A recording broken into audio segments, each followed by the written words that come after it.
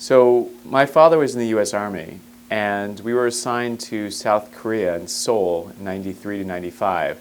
So at that point in time, I was in junior high, high school, first real exposure to an embassy, and because of his assignment, we actually had diplomatic passports. So at that point in time, I started to learn more about the embassy, about the Foreign Service, and I pursued that interest when I went to school. I was an intern in the Foreign Service at the Consulate General in Frankfurt, Germany. And after that summer, kind of really caught the bug and wanted to pursue it as a full-time career. So it's not intuitive right from the very beginning that one would go to the labor union for the Foreign Service, or that even the Foreign Service would have a labor union. But for the last 91 years, we've had a professional association. For the last 42 years, AFSA has served as the union. And for the last 4 years, I've been on the governing board of the union. So first as a state representative, and more recently as the full-time vice president. So as the vice president, I negotiate all the terms and conditions of employment for the Foreign Service at the Department of State. I advocate for the service on Capitol Hill, and I engage with the American public on behalf of our diplomats. But it's something that I think is very important to have an employee's representative that can sit at the table with management, collaborate, and that sometimes dissent, and say that what management's proposed is not in the best interest of employees. And it's important to have that independent voice. I think so, because again, for a professional foreign service, you have to have a system that encourages and protects people for presenting alternate views and opinions. That's not to say that American diplomats, once a course of action is decided upon, will not faithfully implement and execute that policy. But in the policy deliberation process, you want as many views to come forward as possible so that the decision maker, the president and his officials, are able to choose the best course of action for the interests of this country.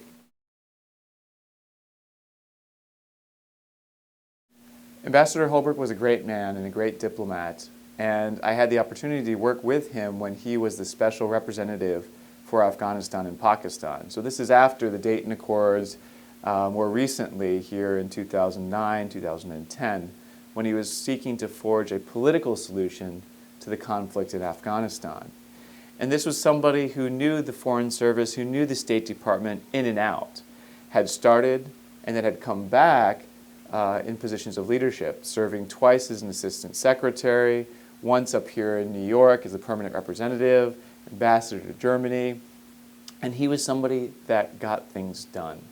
He was very unorthodox in how he did it, but he was someone that brought about change, and he was able to, in the State Department and with the interagency, bring together again these varying perspectives and people that normally would not be involved in diplomacy, to ensure that their insights were part of the process in trying to craft this diplomatic solution.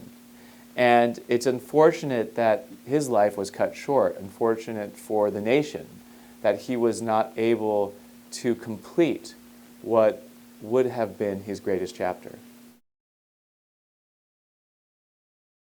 So when U.S. diplomats are overseas, first and foremost, protecting U.S. citizens, advancing U.S. interests, whether it's economic or political. And while I am a political officer, a lot of the work that I've done has been focused on facilitating trade and travel.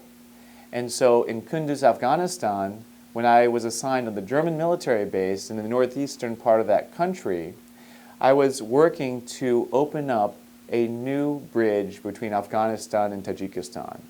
They had never had a bridge at this crossing point before. They'd had a ferry. But when you had a ferry, you could only have about 40 trucks or so a day going back and forth. So the United States funded a new bridge and oversaw that construction through the Army Corps of Engineers. But it's one thing to build the bridge.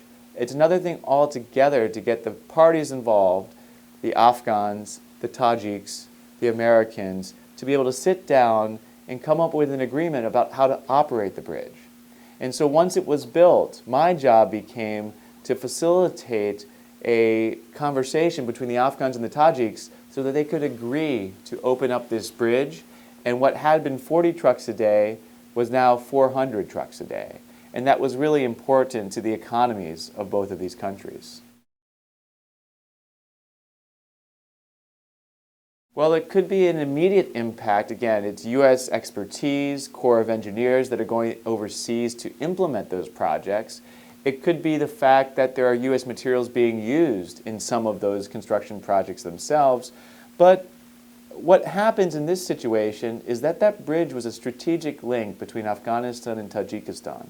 It was a link to ensure that those two countries were able to trade with one another, and that Afghanistan was firmly rooted in South and Central Asia, so it could have a prosperous economy.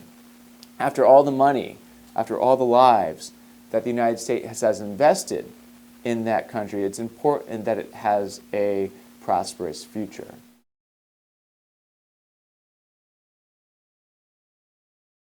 It's a really good question, Jordan, and I think that for my generation that experienced 9/11 in college, that joined the Foreign Service shortly thereafter, there was a real desire to serve.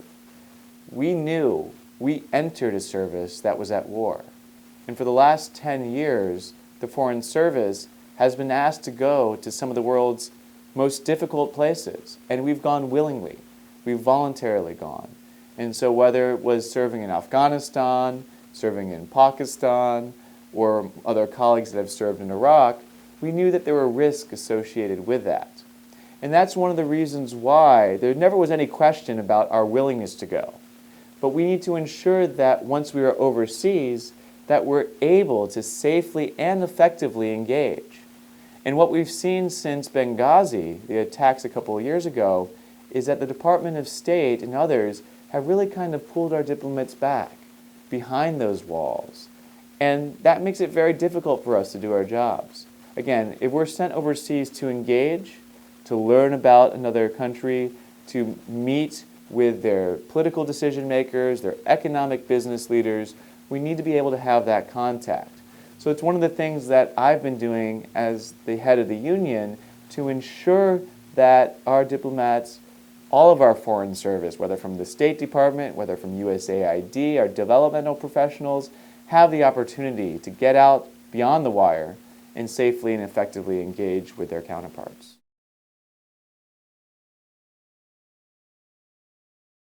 I think we need to have a much better appreciation of international business and the global trends that are affecting society right now. I was fortunate at Penn to have a great curriculum in the Huntsman Program in International Studies and Business that allowed me to see both the economics as well as the politics of the decisions that were being made, and to understand Wall Street, to understand Silicon Valley, to understand how some of these multinational corporations are working. That is so important for us today, because it's no longer the case that the State Department, the Foreign Service, is the only way to have an international career. Rather, people are going to these other organizations, people are going to nonprofits, foundations that are active, and we need to have people that understand and that go into that C-suite and talk to that executive about what the consulate, what the embassy, what the State Department can do to help his American business. Definitely. And Secretary Kerry has made that a real priority for his economic prosperity agenda. And so again, we have my colleagues that are most recently being assigned to actually cities and states here in the United States so that they can help those municipalities and jurisdictions with their own economic activities. For instance, back in Detroit, Michigan, where I went to high school, again, it sits at the most important border crossing in North America. Michigan is Canada's largest trading partner within the United States. Canada is the United States' largest trading partner. And so it's so important that on those borders, where it's a geographic border with a river, it's a political border with a boundary, that we work together and cross those from city to city, from state to province, to ensure that we can do everything we can to facilitate trade and travel. And that's why I'm so supportive, and I think it's such a great idea that the department has created these positions to detail Foreign Service officers to cities and states here in the United States to help them with their economic development. Well, since 9/11, we've increased the Foreign Service about half. And so this new generation, the millennials, if you will, really look at things a little bit differently than our previous generations. They're definitely more technologically inclined, more active on social media. They know it's not enough to go to the traditional contacts, but we need to go beyond that, virtually and in person. So their embracing of technology and their use of technology to pursue diplomacy, I think, is a significant distinction with this generation and others. But it's not just how they engage with people. It's really an attitudinal approach. The fact that we would like to see the department flatter, not as hierarchical. This is something that Ambassador Holbrooke believed very strongly in, a very flat and nimble organization that anyone could approach him. If anyone had an idea and that they wanted to put forward, Ambassador Holbrooke's door was open. He was listening. You had to fight for it. You had to get your time. But if it was a good idea, he'd take it and he'd run with it. And he'd take it all the way up to the president. And that was something different.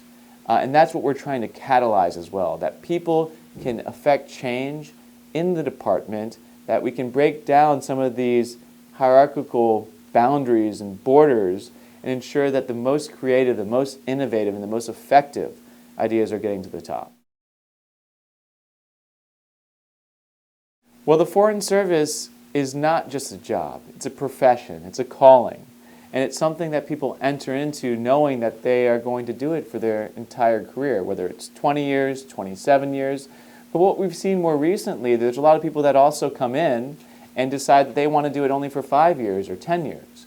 And so we need to have a service that is accommodating enough for people that want to do it for a career, as well as for those that only want to do it for 5 or 10 years.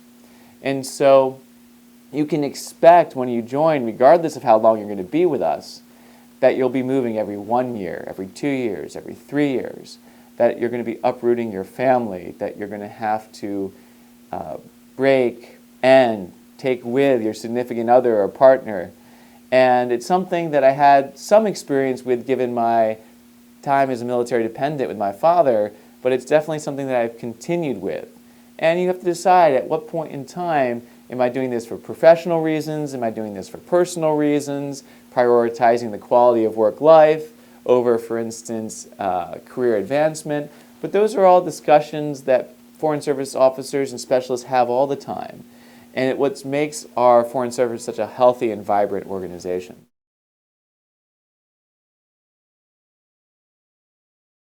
Well, as a fourth-generation Japanese American, diversity is something extremely important to me. And Jordan, let me just give you one example.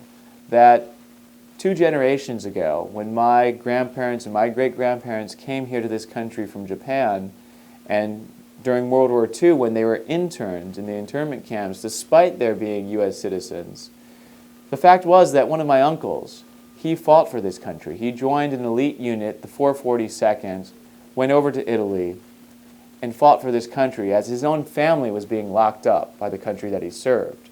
And only 3 years ago, he and those members still alive from that unit were honored with the Congressional Gold Medal. So today, for me, it is so important that every American Foreign Service officer or specialist has the opportunity to serve their country. And it's something that I am passionate about when I hear or learn about people that because of their family heritage or where they came from may not be having those same opportunities. So it is extremely important for a strong Foreign Service, for a strong diplomacy, that we have Foreign Service officers linguistically fluent, having representative backgrounds in different parts of the world, can bring that expertise, experience with different faiths, so that we can ensure that the policies that we're putting forward are the best ones for our decision makers to consider. Sure, actually, coming up on the train today, I was thinking about one instance in particular that I can remember. Holbrooke was a man of New York, and he loved and breathed and he lived this city. And I recall one day, I mean, he loved to get out and to speak to people. And so one day in particular, started with an appearance on Good Morning America, went down to the U.S. mission to the United Nations where he had, a video conference with some people overseas. He then went over to Bloomberg to do another TV spot, went to the United Nations later that afternoon to meet with the Secretary Clinton and the Secretary General of the United Nations, and finally capped off that day with an appearance on Charlie Rose. And I said, wow, this man, the stamina, the energy, the excitement that he brings to the job, his understanding of not only the traditional actors, yes, the United Nations, yes, the U.S. mission to the United Nations, but again, the media. He really understood that to be successful in diplomacy, you have to get the word out. And so he would look for every opportunity that he had to get that story out so that he could advance whatever diplomatic agenda the United States had at that time.